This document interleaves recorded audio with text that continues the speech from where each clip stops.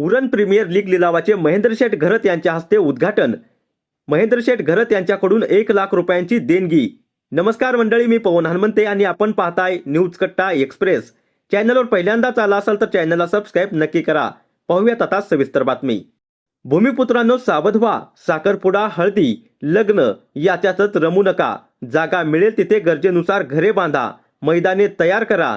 ती जमीन गुरचरण असो वन खात्याची, कारण सरकार कॉन्क्रीटचे जंगल उभारत आहे। बहुसंख्य जमीन बिल्डरांच्या घशात घालत आहे, पण हे करताना श्वास घ्यायला तरी जागा हवी ना।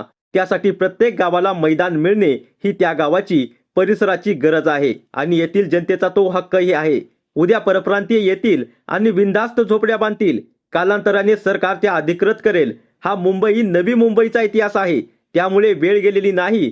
भूमिपुत्रांनो सावध व्हा। भूमिपुत्रांच्या भल्यासाठी मी ना आमदार ना खासदार, पण दमदारपणे लढत आहे, असे महेंद्र शेठ घरत मानघर येथे म्हणाले।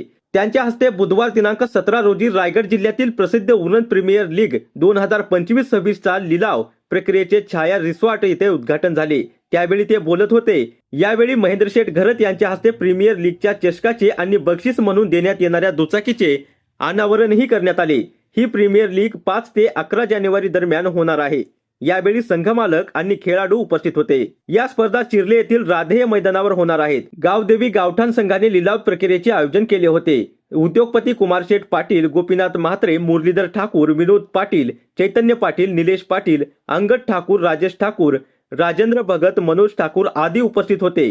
सूत्रसंचालन नितेश पंडित यांनी केले। अशाच नवीन अपडेट जाणून घेण्यासाठी आत्ताच सबस्क्राइब करा न्यूज कट्टा एक्सप्रेस।